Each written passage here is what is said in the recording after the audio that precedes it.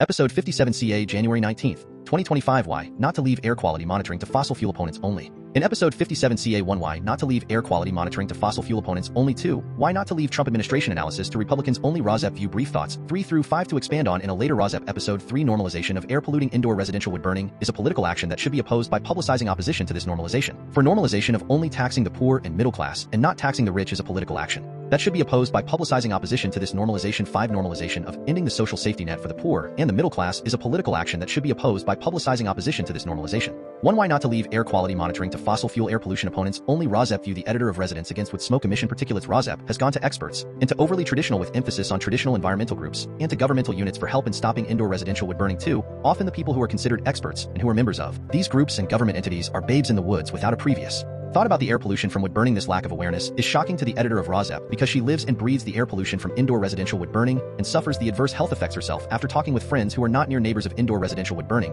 but who sympathetically listen to the arguments she has made to federal government entities on a regular basis. Since the Biden administration took power, the editor of RAWSEP has gradually realized that it is hard for another person to envision what they do not experience themselves. The editor of RAWSEP would probably have not taken on this long-term 20-year cause, but for her personal experience of recognizing that the air pollution she experiences as a near neighbor of an indoor residential wood burner is not yet shared by the general public to a great extent, and that there needs to be first education about the adverse health effects of indoor residential wood burning on near neighbors, and second, there needs to be laws passed to stop indoor residential wood burning for home heating. The editor of RAWSEP has a degree in biochemistry and worked for years in a lab doing epilepsy research, and she has co-written a few peer-reviewed scientific research papers on epilepsy, so she is familiar with the scientific method of determining the truth and laying out the facts of a problem. Because of her scientific background, she is confident that assertions that she makes should be taken seriously and should influence decision-making on legislation to stop indoor residential wood burning with the goal of ending use of wood burning appliances for home heating, one wood burning appliance at a time if necessary. But that is not enough. The general public needs to be made aware of the health effects of indoor residential wood burning, and the general public needs to be made aware of the need for laws against indoor residential wood burning, just as there are laws against automobile speeding and drunk driving, use of radar guns and their readings above speed limits used as evidence to stop automobile speeders, and use of breathalyzer tests and their readings above acceptable limits used as evidence to stop drunk drivers are good analogies to the aim of using purple air PM 2.5 monitors to collect and the aim of using purple air PM 2.5 maps to download PM 2.5 data above World Health Organization WHO safe levels of 5 micrograms per cubic meter as evidence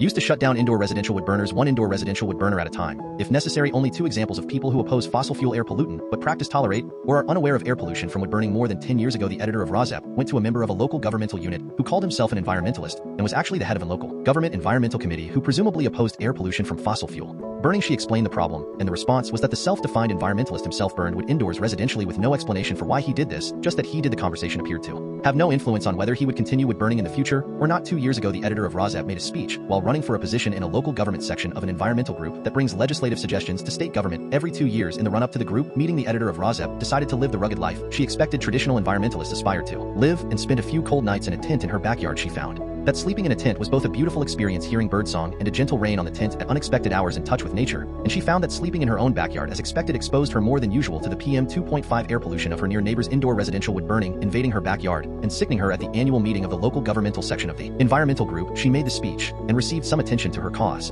and had her legislative suggestion published online by the group, but the legislative suggestion did not make it all the way to the legislature. Given the eternal optimism of the editor of RAWSEP, she decided to just publicize the cause better, but gradually she had realized that she has to understand the general public and the environmentalists that accept that fossil fuel burning causes air pollution but have not yet accepted that wood burning causes air pollution, or show that they do not accept it by actually practicing wood burning, tolerate wood burning, or are still unaware of air pollution from wood burning. One reason for the lack of awareness of air pollution from indoor wood burning is the hyper-locality of emissions which reach the yards of near neighbors of indoor residential wood burners and sicken the near neighbors. The article below has a subtitle as "Government Sensors Fall Short, People Are Buying Their Own to Protect Against Particulate Pollution Linked to Heart and Lung Disease, Cancer, and a Higher Overall Risk of Premature Death." That subject is just what the editor of RAWSEP is looking for when searching for articles that define the problem and offer a solution that she has already formulated to solve her own long-standing problem. Unfortunately, the article below is not quite on the topic of pinpointing where the wood burning air pollution comes from, which would pinpoint the individual wood burner who is creating the pollution and using purple air PM 2.5 emissions data as evidence to shut down that individual indoor residential wood burner, as the editor of RAWSEP hopes will become a common public health solution in the near future. The topic of the article seems to be more generalized and less helpful in stopping wood burning air pollution. The air pollution is treated as amorphous. We do not know exactly where it comes from, but we can react after it is created by staying in our sealed homes with multiple air purifiers running until the air pollution from Indoor residential wood burning dissipates. We do not care how the air pollution is stopped. In this article, air pollution from indoor residential wood burning is almost treated as an act of God, like traditional weather like storms and hail and snow. In this article, older people over 70 are called out as sensitive to air pollution, as if humans are not affected by air pollution if they are not in a specific group. RAWSEP View. People of all stripes have lungs, and PM 2.5 permeates all human lungs and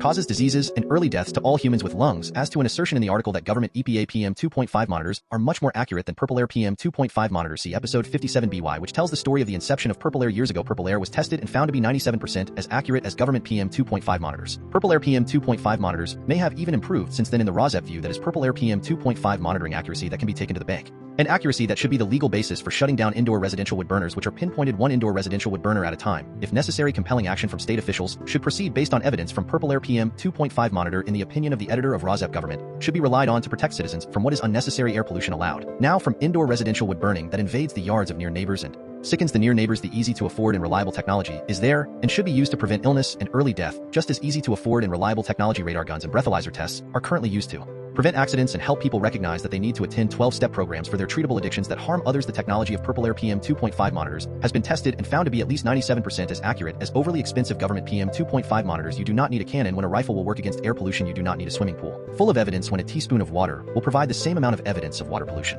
Analogies could go on and on, but here is the article which RAWSEP finds relevant. RAWSEP excerpts from the article headline: Inside Climate News, Justice and Health, Millions Left in Air Pollution Blind Spots. Despite stricter EPA standards, as government sensors fall short, people are buying their own to protect against particulate pollution linked to heart and lung disease, cancer, and a higher overall risk of premature death. Excerpts edited by RAWSEP for brevity and clarity in relationship to Residents Against Wood Smoke Emission Particulates, a 501c3 nonprofit organization. January 18, 2025, Lancaster County residents bought their own air quality sensor as government pollution monitoring is inadequate in the region. Manheim, Pennsylvania. The husband has 4 apps on his phone just to check air quality. When the air is bad, my throat goes tight. The wife gets headaches. The husband and wife are retired and in their 70s. Doctors recently found a lump in the right lung of the husband that restricts his breathing. Apps of the husband include the Environmental Protection Agency EPA AirNow app, as well as the independently run Purple Air app, which collects data from low-cost sensors purchased and installed by users of the app, one of which is hanging by the shed in their backyard in Lancaster County, Pennsylvania. The federal one, the AirNow app, is never as precise as our Purple Air monitor here, the husband said, noting that AirNow frequently underreports the pollution in their area. I think it because on their own they have so few testing stations, and the one that closest to us is 10 miles away. The hunch of the husband aligns with a troubling reality. According to new research from the University of California, Berkeley, more than 20 million people live in urban neighborhoods across the U.S. that are air quality blind spots, areas experiencing dangerous levels of soot pollution subject to the government standard, but do not have enough government sensors to flag it. These blind spots comprise 44% of all urban areas in the U.S. that are projected to have hazardous air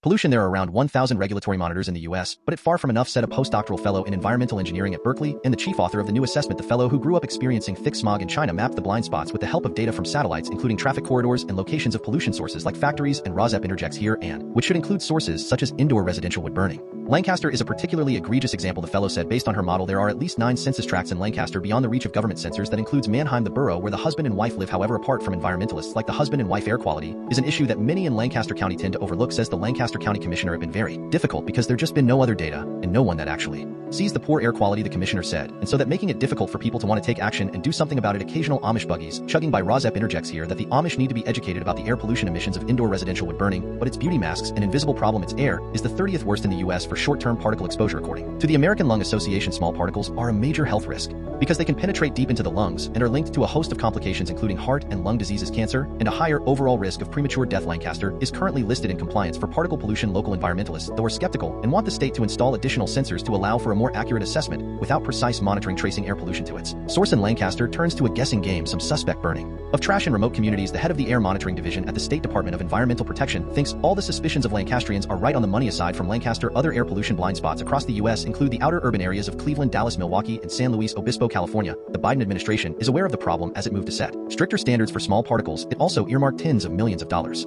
to expand the air sensor grid through the Inflation Reduction Act, inviting local governments and nonprofits to propose new ways to monitor air pollution. The state of Pennsylvania bagged more than $800,000, but Lancaster is not listed as an area that will benefit according to the grant announcement. Meanwhile, Pennsylvania draft plan for air quality monitoring in 2025 does not include any additional sensors for Lancaster. Instead, the state plans to install them in counties that suffered heavily when smoke descended south from the 2023 wildfires in Canada. Asked why Lancaster does not have more government sensors, a government official said was because Lancaster, with 2 sensors, technically meets the EPA minimum requirements. So on paper, there is no lack of sensors. How about requirements reported by communities? Unfortunately, we are unable to exactly monitor where some of these hotspots are occurring, at least according to the data analysis that was completed as part of the study, the government official said. I think that this is where additional technologies can come into play, where we have low-cost sensors. The government official added that as much as Pennsylvania would like to add sensors to Lancaster outer communities, it is constrained by siting requirements. Sensors have to be a certain distance from trees and a certain distance from roadways. The government official explained that is a long process to determine workout land agreements and set everything up associated with being able to monitor in a particular area. The inadequate government monitoring is what pushed people such as the husband and wife to take matters into their own hands by purchasing their own pollution monitors through their local Sierra Club air quality. Monitors like this one are usually hung high in backyards and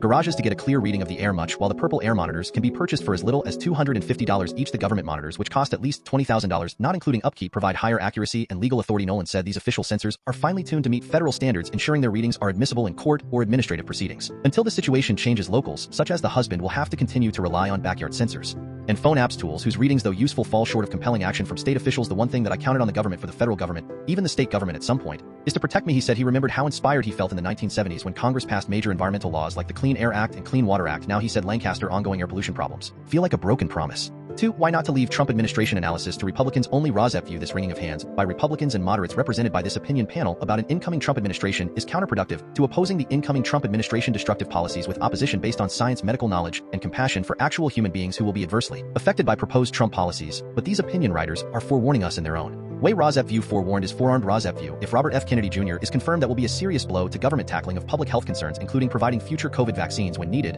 and including regulation and shutting down air polluting indoor residential wood burners. RAWSEP View. I believe to spare individuals from corrupt and distracting investigations that many people should be preemptively pardoned by Biden before he leaves office, starting with preemptive pardons for Liz Cheney and Nancy Pelosi. From the article, we would have been better off if Trump won in 2020. 3 columnist brace for the first 100 days. January 19th, 2025. A New York Times opinion editor hosted an online conversation with the Times opinion columnist about Donald Trump presidential inauguration on Monday. In the first 100 days of the new Trump administration, I went to that rally in Columbus Circle where Bill de Blasio and stars like Cher and Robert De Niro spoke. I remember feeling true terror about what was coming, but also a lot of solidarity with my fellow New Yorkers. It was like watching Larry Flynt get elected Pope. The crucial difference will be that more elites in places like Silicon Valley, as well as Washington, D.C. and New York City, now accept Trumpism as normal. I thought Trump was an authoritarian thug and an avaricious con man, and nothing about his presidency changed that impression. I do not think I appreciated how much our system of government depends on unspoken norms. The whole office of the presidency is a public trust for the common good, not some princeling piece of personal property. Trump smashed all that. The whole point of norms is that they are largely invisible. This is how we do things here, and therefore this is what I will continue to do. Trump is unrestrained by that. We all paid too much attention to Trump's superficial and theatrical moral failings. He would do something appalling, and we would clutch our pearls. What are your expectations for his second term in office?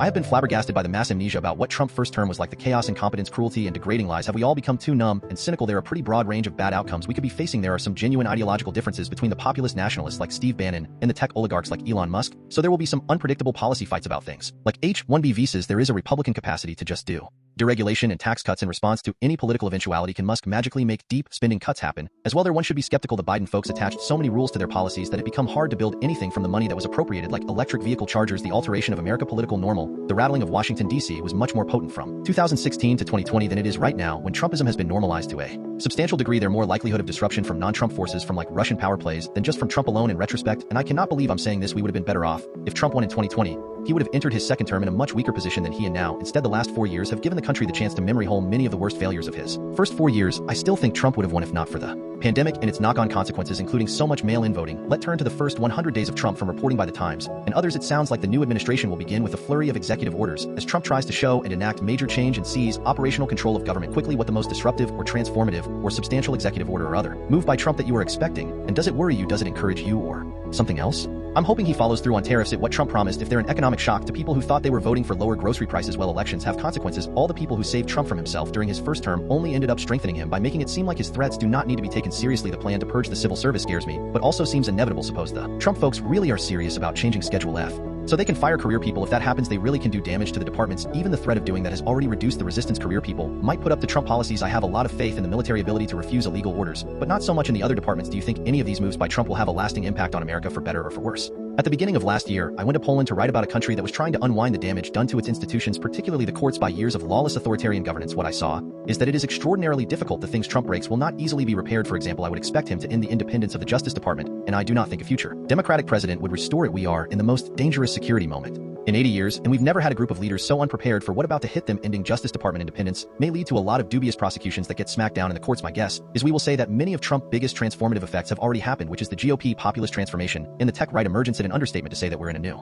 Gilded Age, if we're going to continue to have a functioning democracy, tech baron power needs to be curtailed. We need much higher taxes on the rich and much more aggressive action on monopolies. We are going to get exactly the opposite. What do you see as the core problem for Democrats? There is a center-left is in crisis all over the world. A conversative analysis shows left-wing parties are more unpopular now than at any time since the end of the Cold War. Biden should have dropped out of the election earlier. Yes, there are deep problems afflicting center-left parties all over the world, but for a Democratic officeholder right now, I think the prescription is actually pretty simple. You need to wait for the next economic crisis or downturn and build your economic critique of Trumpism around whatever is not working. The question for Democrats is, do they work hard to win back the working class, or do they just accept the fact that they are the party of the college-educated cities and move on from there? I think Democrats have no choice but to try to win back the working class's MAGA core weakness is that it's fear and resentment-based, and that its thinking is essentially zero-sum. I believe there is a person out there who shares the traditional values, but also has a dynamic view of the world, a view that welcomes pluralism, growth, and internationalism. I expect that generating new ideas is not exactly one of the Trump gifts. J.D. Vance will reach out to Democrats who he can co-opt in some way, like John Fetterman and Eric Adams, but I do not expect serious collaboration. The last thing Vance Silicon Valley patrons want is to see him working with Elizabeth Warren when they're expecting a new age of unfettered plunder. GOP populists may make common cause with some Democrats, but maybe not in the first round of legislative battles, and I predict that Trump will continue his attempted cultivation of Fetterman for at least the next 6 months. Will any of Trump cabinet nominees be rejected by the Senate? If so, who? I suspect Hegseth is in and Robert F. Kennedy Jr. is probably in. Tulsi Gabbard may get rejected. The people who do intelligence work on Capitol Hill are serious people. I would bet on them being confirmed at this point, but there will be moments when both Gabbard and Kennedy seem in danger. Hegseth will be confirmed. I have no faith in the willingness of Republican senators to put the country above their fear of Trump vengeance. What is something that Trump has said or promised he would do that you think he will not do for whatever reason? Impose big tariffs on Canada and Mexico. He'll settle for some symbolic things. The economic effects of those tariffs would just be too self-destructive. He is definitely invading Greenland, though I predict that most of the threats he made against figures like Liz Cheney will be empty. Well, he is not going to make America great again. Final question. What do you think the country will be like after the first 100 days of Trump? I honestly have no idea right now. I am expecting persecution and sickening corruption. RAWSEP View Brief thoughts 3 through 5 to expand on in a later RAWSEP episode. 3. Normalization of air polluting indoor residential wood burning is a political action that should be opposed by publicizing opposition to this normalization. 4. Normalization of only taxing the poor and middle class and not taxing the rich is a political action that should be opposed by publicizing opposition to this normalization. 5. Normalization of ending the social safety net for the poor and the middle class is a political action that should be opposed by publicizing opposition to this normalization.